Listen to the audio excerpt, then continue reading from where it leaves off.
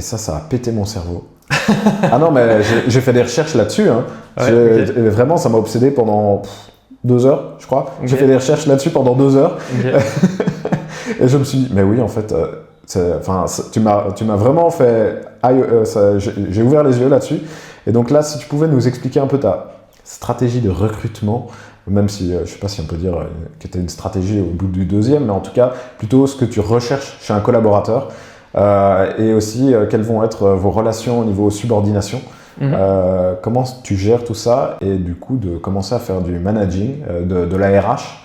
Bon, je sais que tu as des conseils en interne, en coulisses, mais ça donne quoi à ce niveau? Est-ce que tu peux nous dire en fait, pour pouvoir te répondre, la première chose c'est qu'il faut savoir quelles sont tes propres valeurs. Finalement, qu'est-ce que quand tu te lèves le matin, c'est quoi ta vibe? Qu'est-ce qui te donne de l'énergie? Qu'est-ce qui te dit en fin de journée, ah ouais là j'ai passé une bonne journée? Qu'est-ce qui fait que quand tu te regardes dans le miroir, tu te dis je suis content, je suis fier de ce que j'ai fait? Et surtout, mais quand un patient, moi ça m'a beaucoup aidé, c'est quand un patient quitte le cabinet, qu'est-ce que je veux qu'il retienne?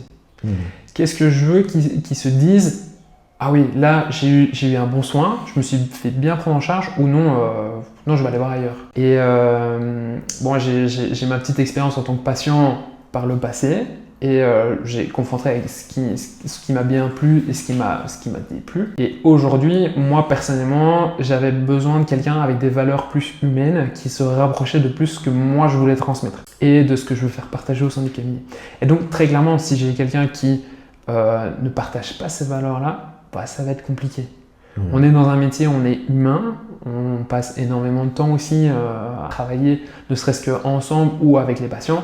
Et donc, si on a, bien sûr qu'on aura des différences, ça c'est certain, mais si on partage déjà les mêmes valeurs, ça c'est vraiment l'ancrage, on va dire, en soi que tu fasses une formation McKinsey, Mulligan ou que tu sois dans un autre domaine, tant que la base est la même, pour moi ça peut aller que sur des roulettes.